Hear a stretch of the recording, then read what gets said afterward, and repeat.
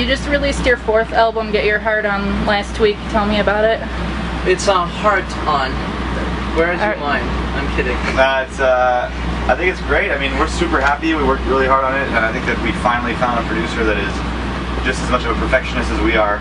So we were able to all together get in a room and obsess about every single detail for months. And now that it's out, I'm proud of every single note on there, and I think it's our best record yet. And the reviews have been saying that it's our best record yet. I agree. I think it's the best of everything we've ever done, all into one.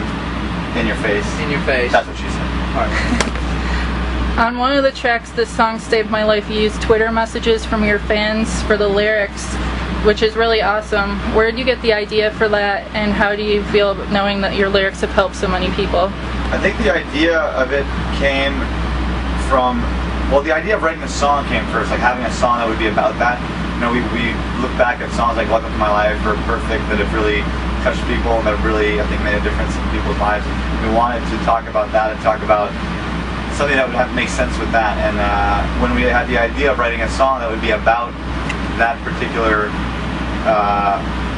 kind of amazing thing that happens, that people get so, touched by music and it helps them get through tough times, and we want to talk about that.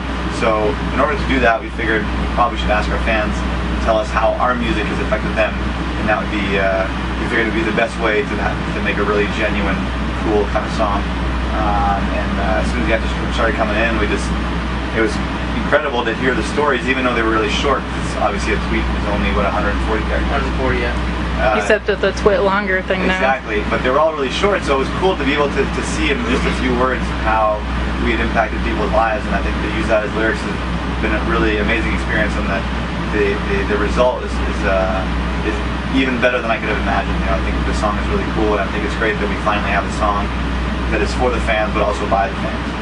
And to round it all up, we invited 25 fans to come to the show. They came from all over, like Canada and the States, Japan. They came to the studio and they sang towards the end of the song. So it's actual real fans. It's not a hired choir. Yeah, it's not a hired choir. It's real fans singing along, and Pierre directed them, and they did a great job. A little stick. 1, 2, 3. This song saved my life. Exactly. Your album debuted at number 52 on the Top 200 chart. How do you feel about that? In the U.S.? I feel like in the U.S. we haven't really pushed it yet. I feel that considering that there's no promotion, that it's not on the radio, that this single is not even out for TV or anything like that, I think it's pretty good. I think we got a lot of fans here and there to support us. People don't even know about it yet. We're planning on doing some promo in August and September for the U.S. And I think for us, we never looked at the first week as being something that's really important. It's more about the long run. And we're planning to do a lot of U.S. touring. Obviously, we've had a better debut on other records before, but I think giving all the things considered, I mean, that's pretty amazing that no we're in promotion, the fact that we're even in the top 200, I think is great. Absolutely. You had a bunch of collaborations on your album, and this is the first time since your debut album. Rivers from Weezer, Natasha Bedingfield, Mary May, Alex from All Time Low, and Kanan, sorry. What was it like working with all of them? I think it was great. For the first time we actually had the time and took the time to get all these people to collaborate, and I think it makes for a better party. If you want to have a party, you have to invite some people over. And the record's just a party. And it's such an honor to have Rivers to sing on one of the songs. We're all big fans, he's kind of like a legend. How do you like to be Weezer? You sing the Rivers part. I get to sing his part. Did you feel the connection? I do, man. I'm like... I noticed he wasn't in the video. No, he wasn't available for the video, unfortunately. The thing about collaborations is that a lot of it has to do with scheduling, and people have records coming out, they have tours, especially when they're popular and busy. And he couldn't make it to the video. Was he in Japan? So, yeah. I think he was in Japan. He couldn't make it in the doing video. Some crazy meditation resort or something. That's cool. Yeah, that's really cool.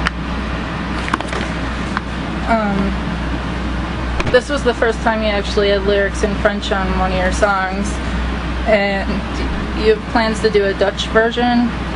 Really? I read the rumor? With someone named Crystal, a Dutch singer. I'm not aware of that yet. Maybe. I read that several places, so I thought it was Hey, I think it's I'd love just to meet a her. rumor. Yeah. I've I don't never even know heard who of that is. But yeah, and I don't see why not. You know, we haven't done anything. There's none of that in the plans yet. But I wouldn't be surprised to see it happen. But so far, I've never heard of that person or this particular one. Yeah. I swear it wasn't me starting a rumor or anything. I hope she's pretty. Out of all the songs that you recorded, what was your favorite one to record and why? I really enjoyed doing "Can't Keep My Hands Off You." I think it's actually the first track that I played bass on, and yeah, it was just rockin' energy, good energy. It was just fun, you know. I really enjoyed the recording process on this record. Wow. Do you say process or process? Process? Process. No, I'm just curious because in Rochester you're close to Canada. In Canada we say process, but in the US you say process. Okay, so I can say both. Yeah. You say prostate or prostate? Prostate. Currently you're out on the Vans Warped Tour for a few weeks. It has been a while since you've been on the tour. What were you looking forward to most of doing the tour this year? And how do you feel the shows are going and the fans are receiving the new material? I think the shows have been amazing so far, you know. We're like 5 shows deep. It's been quite overwhelming to see the amount of people that end up coming to our stage and stuff. And then as soon as we're done playing, they come and see us at the merch stand to hang out with us. And so it's quite cool, you know.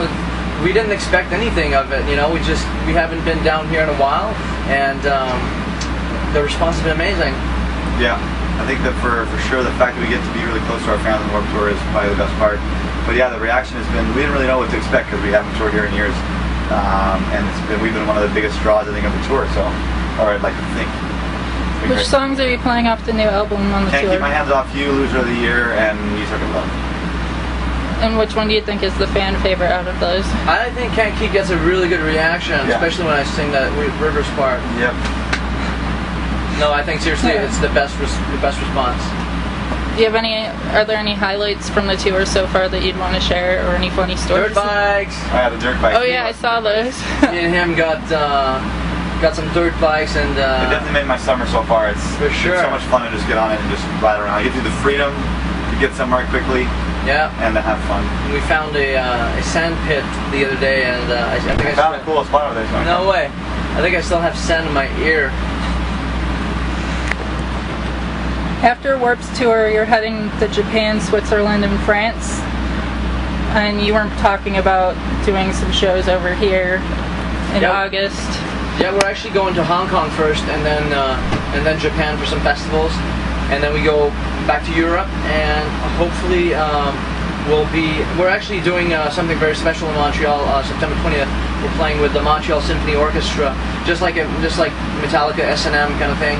So looking forward to that, and after this, yeah, hopefully before the end of the year, we'll do a U.S. tour, or early next year, you know. A full U.S. tour? Yeah. I you did some tour last year, and I can't think of the name of it, but you didn't do the Bamboozle. Yeah, and you didn't play the Hollywood date. I think we only had time to do like 2 weeks, I think. So. Yeah, I wanted to go see you in Charlotte. We were still recording. That was the only reason I was going to go.